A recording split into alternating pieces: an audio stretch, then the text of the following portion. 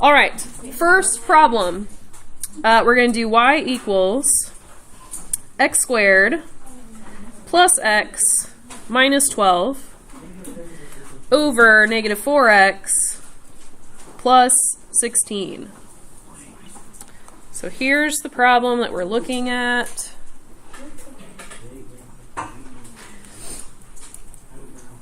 So the front side of these notes are going to feel a little bit like a cheat sheet because I talked you through like the different things and how they were found. Now we're going to use, this is called a graphic organizer. It's just like an organizer to help you go through the problems and find all the stuff in a way that's memorable. Okay, so we're just going to walk through everything. If you recall from the video, these are the two things right here, the Y-intercept and the horizontal asymptote, that we can find from the standard form of the equation. All the other things come from the factored form. Okay, do you guys have a preference on what we do first? All of it at once, all of it first. Okay, what I usually do first is I factor it, to be honest. So if we look at this first one, the top right here, how do we factor that? So we're multiplying to negative 12, but adding to 1. 4. Yeah, 4 and negative 3. So we're going to say x plus 4, x minus 3. And then what about the bottom? Yeah, take out a GCF of negative 4, and then what is left? X minus 4. Okay. So, first thing, we have the Y-intercept. And the Y-intercept comes from the numbers that don't have x's attached to them. So when we find the Y-intercept, we plug 0 in for x. If you plug in 0, plug in 0, plug in 0, all those are going to go away, and all we're going to have left over is negative 12 divided by 16. So can that fraction be simplified? Negative 12 over 16. We can divide the top and the bottom by 4 and 2, but bigger than that is 4. So if I divide the top by 4, what do I get? Negative 3. And if I divide the bottom by 4, 4. So the Y-intercept is 0, negative 3 over 4. There's our Y-intercept.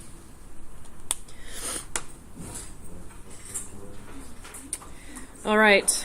Anyone remember what we look at for the horizontal asymptote? We look at the degree of the top and the bottom. What do I mean when I say degree? The exponents. So the top has an exponent of 2. The bottom has an exponent of 1 because it's just a plain old x, so this would really be x to the first power. So if the top is bigger than the bottom, what does that tell us about horizontal asymptotes? It tells us that there is not a horizontal asymptote, but there is an oblique asymptote. So horizontal asymptote, none. There is an oblique asymptote. What's the process for finding an oblique asymptote? Polynomial long division. So we are going to take x squared plus x minus 12, and we are going to divide it by negative 4x plus 16. And I will zoom in so you can see better. There we go. All right. So polynomial long division starts how? I've got a negative 4x and an x squared. Yeah, so I have to think in my head, negative 4x multiplied by what is going to get me to a positive x squared. So if I'm going from a negative to a positive, I definitely need a negative to cancel it out, right, to make it positive. If I have a 4, what do I have to multiply that by to make it become a 1? 1/4, yeah. So negative 1/4 is going to get rid of that negative 4. And then we have an x, and we need it to become x squared. So we need an x. Okay. So negative 1/4 x is what you need to multiply this by to make it become x squared. Once we have the part up here, what do? Multiply it by each of these two pieces, and we write them underneath. So I'm going to say negative 1/4 x multiplied by negative 4x gives me positive x squared. And then negative 1/4 x multiplied by positive 16 is negative 4x. And then what do? I draw the line and I change the signs of each thing because I'm subtracting them. So these subtract to be 0. X and 4x gives you what? 5x. Okay. So this is a little bit trickier. So normal polynomial long division, when you hopefully first learned it in Math 3, the numbers were a little bit nicer. We typically had whole numbers because these are the equation of straight lines. It is very common for our slopes to be fractions, rise over run. It's very common for that to be a fraction. So that means that when we do these problems, we are going to have fractions a lot. Okay, so the best way to figure out what you need if you're trying to, like this is a negative 4x and it has to become a 5x, and that's hard to figure out the fraction with. The way I think of it is the number that I need to get rid of goes on the bottom. The number that I want goes on the top. So if we look at this one, we had a coefficient of 1 for the x squared. I needed to get rid of my 4, and I wanted a 1. So I multiplied it by 1/4. Does that make sense? So here we want to get rid of a negative 4, and we want a 5. So I'm going to put negative 4 on the bottom and positive 5 on the top. So if I were to do negative 5/4 multiplied by negative 4, then they would cancel. We just get 5. Does that make sense? Okay. Now the nice thing about this is we don't have to finish the polynomial long division problem. We just have to have enough to write y equals mx plus b. So here we have y equals the slope times x plus the y-intercept, and that means we're done. We don't have to go any further than that. So for this problem, I'm going to say my oblique asymptote is y equals negative 1/4 x minus 5/4. And answers like that on this particular assignment are not concerning. They're not fun, but they're accurate to have some fractions in there. It's also possible for you to have some whole numbers in there, but it's very common to have fractions on these oblique asymptotes. All right? Okay, everyone track with that? We handle that okay? All right, so now we are completely done with all the stuff that we do from the standard form. Now we're moving over to the factored form. So what do you guys notice about the factored form? What'd you say? Nothing cancels out, so there's no whole. So we're going to say none. Nothing canceled. All right. So the factors that are left over on top are what?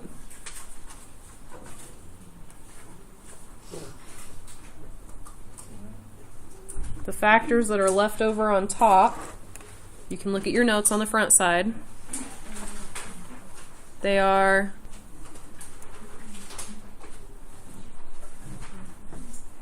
awkward. They're X-intercepts. So the numbers that are left over on top, or the factors that are left over on top, tell you what the X-intercepts are. And it is negative 4, 0, and positive 3, 0. So you do the opposite. So negative 4, 0, positive 3, 0. Okay. The factors left over on the bottom are vertical asymptotes. And we make sure that when we write these answers as vertical asymptotes, we are writing the equation of a vertical line. So I'm going to say x equals positive 4. So when I deal with my factors, I'm always doing the opposite sign. Okay. Now, I did not have another vertical asymptote because the negative 4 doesn't have an x with it. So this negative 4, if I was to think of this top part as having a coefficient of 1 and the 4 being the coefficient of the bottom part, that means that this particular graph has been vertically compressed by 1/4. That's what the 4 means. It doesn't do anything else for the problem. It just says there's a vertical compression, okay? The negative right there just tells you it's been reflected over the x-axis. So this -4 we can ignore, and we ignore it because there's no x. We just don't care about it, okay? For the domain, we look at everything on the bottom, and so that means that the vertical asymptote and the holes are going to contribute to what we know we should exclude for our domain. So I'm going to underline this with a different color just to make sure. That's brown. Does that look like any color? Well, okay, so this one can be the black one, but it's brown. And so here, I cannot have 4 for x. X cannot equal 4. So if I write that with correct notation, I'm going to say -infinity to 4 and 4 to infinity.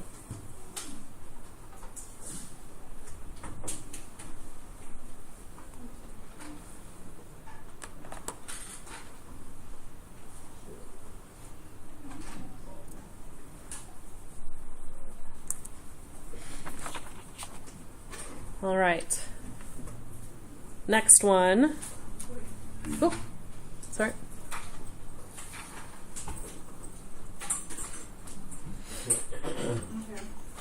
All right, so for this one, we're going to do y equals 2x squared plus 6x plus 4. And on the bottom, we have x squared plus 3x. So 2x squared plus 6x plus 4. On the bottom, x squared plus 3x. So how do we factor the top? Take out 2. We have a GCF of 2 we're going to take out first. So I'm going to go ahead and show my work up here. Okay. And then we're going to choose 2 numbers that multiply to 2 but add to 3. Okay, so keep the 2 in the front, and then x plus 2, x plus 1.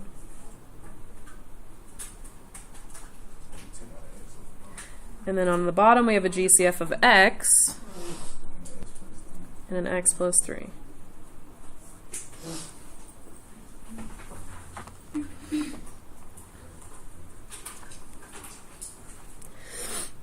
Okay, so I'm going to go ahead and look for the y-intercept first. How do I do that? So I look at the numbers on the end, right? The bottom doesn't have a number on the end that's not with an x. So what should I do with that? Plus 0. Okay, so I'm looking at 4 divided by 0. Oh, rest in peace, baby Arctic fox. Oh. What happens when you divide by 0? Error, undefined. So the answer is none. Oh, poor baby Arctic fox.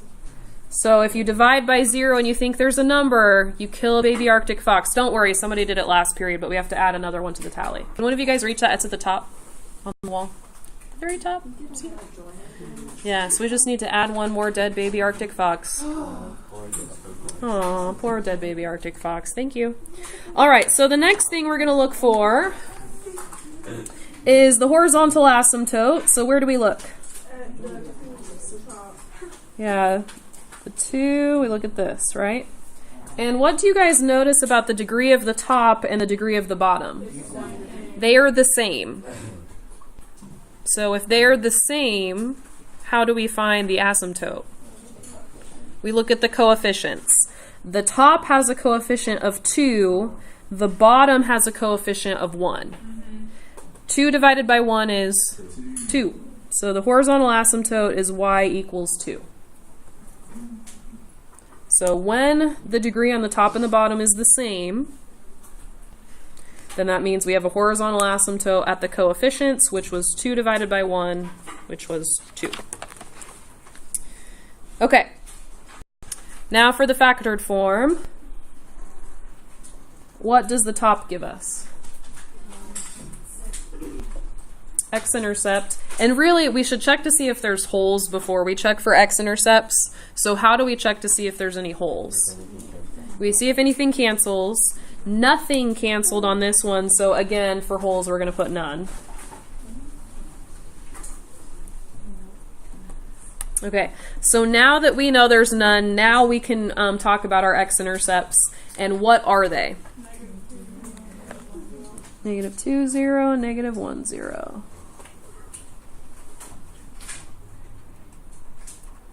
Okay. Why did I not use the +2 right here? Because it has no x. It has no x, so I don't need it. All this would tell me is that the graph has been vertically stretched by 2. That's all it tells me, nothing else. Okay? It has no x, so it doesn't mean anything to us. So what would happen if it did have an x? If it did have an x, then we would say there was an x-intercept at 0. Or in this particular problem, that would mean there was a hole at 0 because the x on top and the x on bottom would have canceled out if we did have an x up there. Okay. All right, so now we look at the factors on the bottom. And what do the factors on the bottom tell us?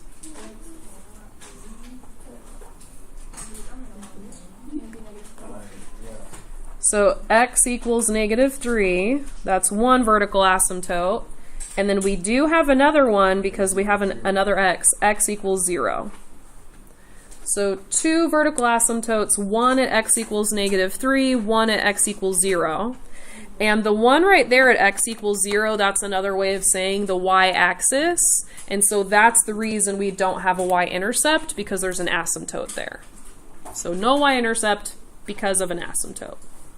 Okay, so now we go ahead and we look at the factors on the bottom again, because those factors help us find the domain. And so what x values are we skipping? -3, x cannot equal -3. What else can x not equal? 0. So we're going to say -infinity to -3, and then what? 0. -3 to 0, good. And then 0 to infinity. Okay. So -infinity all the way to +infinity, but skip -3, skip 0. That's what that notation means.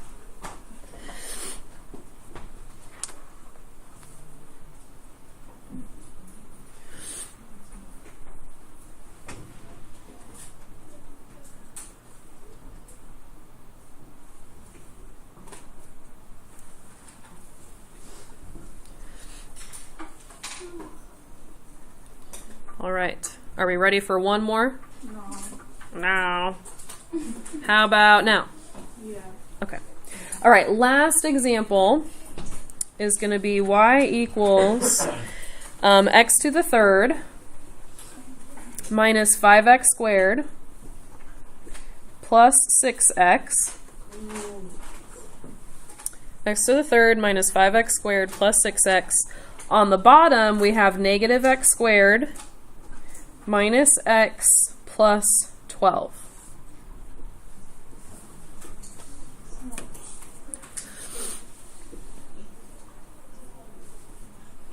All right. How do we factor these?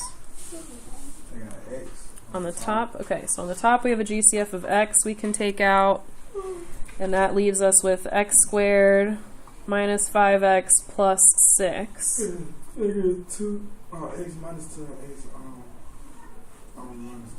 Okay, so GCF of x, x minus 2, x minus 3.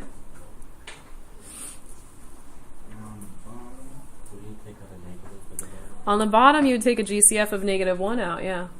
So take a negative out, and that leaves us with x squared plus x minus 12. 4 and 3.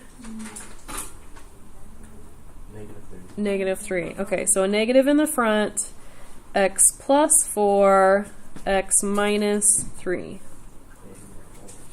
And there is a hole this time, yeah. All right. Would you wait to cancel them out once you're followed? You could cancel them out now if you think you're going to forget. Yeah. All right. So if we look at this problem, I'm going to go ahead and start with the y-intercepts.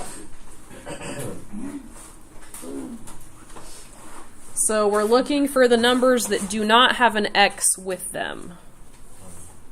Would you do plus 0 for the top? Yeah, so on the top we're going to write plus 0 on the end because the top didn't have one.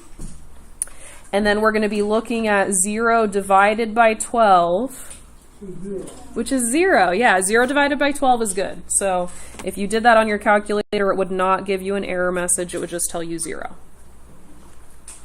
Right? And then for our horizontal asymptote, what do you guys see? It's not.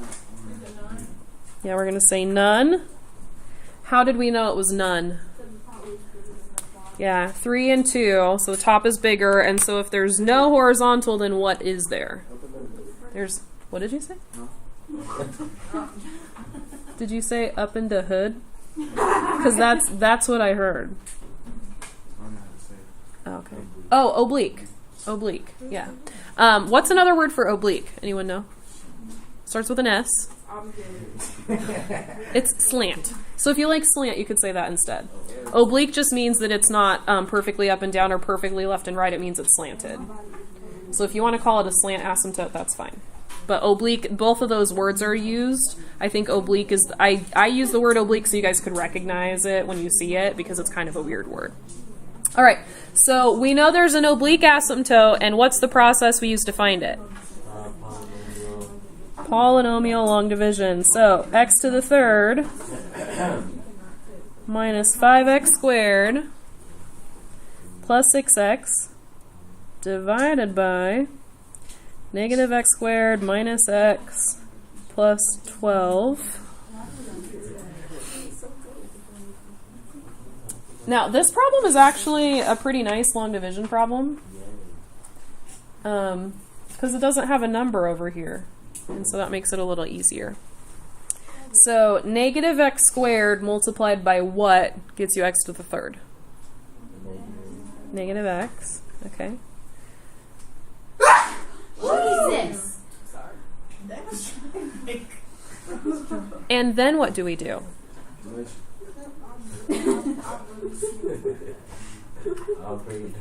So we say negative x multiplied by negative x squared is x to the third. Negative x multiplied by negative x,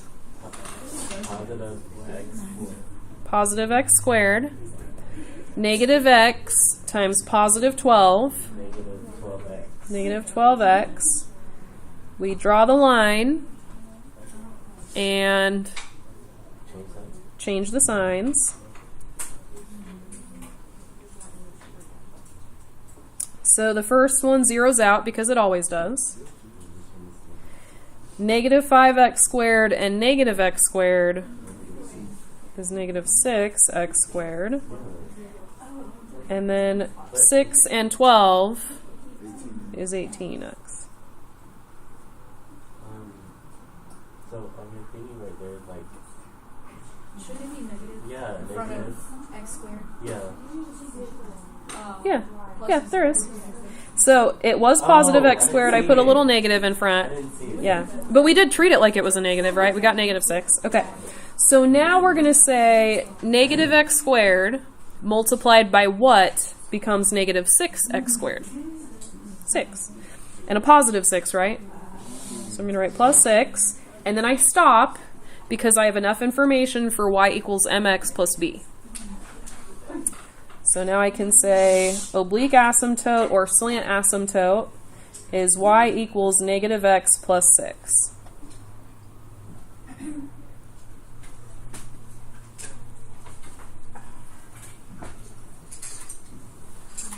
Could you explain where you got this information? Yeah, I was looking at negative x squared, and I was thinking what I needed to multiply by to get negative 6x squared. Yep. Okay. So let's go back to the rest of it with the factored form. So this time, what did we notice that happened? Say it again. There's a hole this time. So x minus 3 and x minus 3 cancel.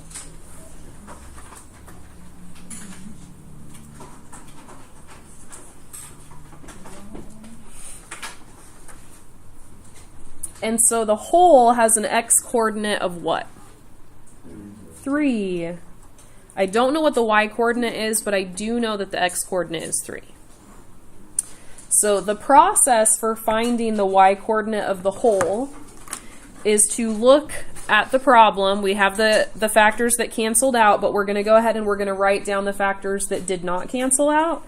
So that's an x and an x minus 2 and a negative and an x plus 4.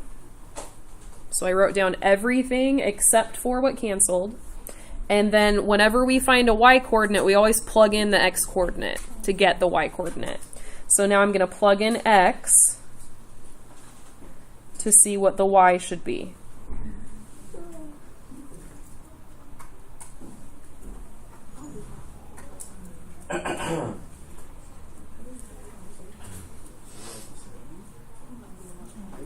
So 3 times 1 on the top and negative 7 on the bottom. And so the y-coordinate is negative 3/7. And sometimes the y-coordinates are nice, and sometimes they are weird fractions like this, and it's okay either way. Right? So 3, negative 3/7. I put the negative on top because that's more common, but you could put 3 over negative 7 if you wanted.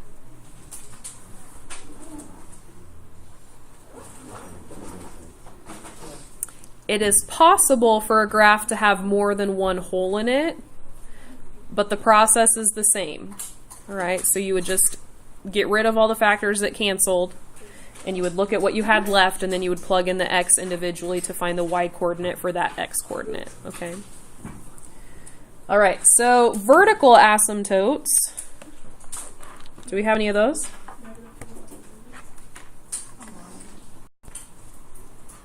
Now, why didn't I circle the other factor? Because it canceled, it was done with the holes. So that means it doesn't get to be both, it has to be one or the other.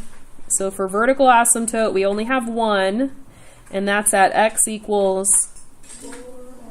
negative 4. Why did I ignore this negative right here?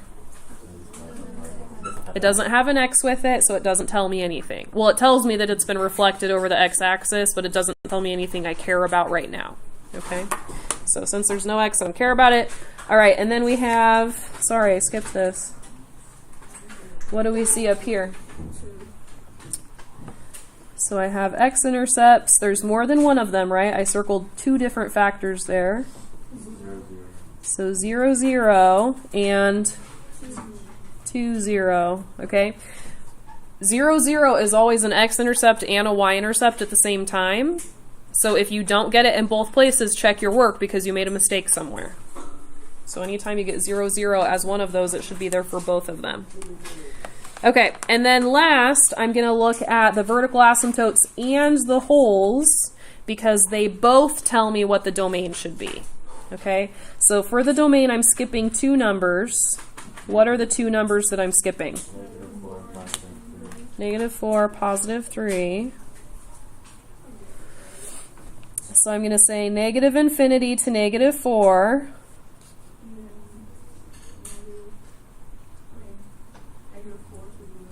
To 3. And then 3 to positive. Yep.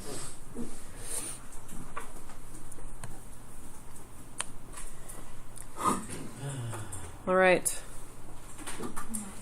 Is there any part we need clarification on? That was it? That's all we're doing today? That's what it should be? You don't want to practice it at all? I do. All right.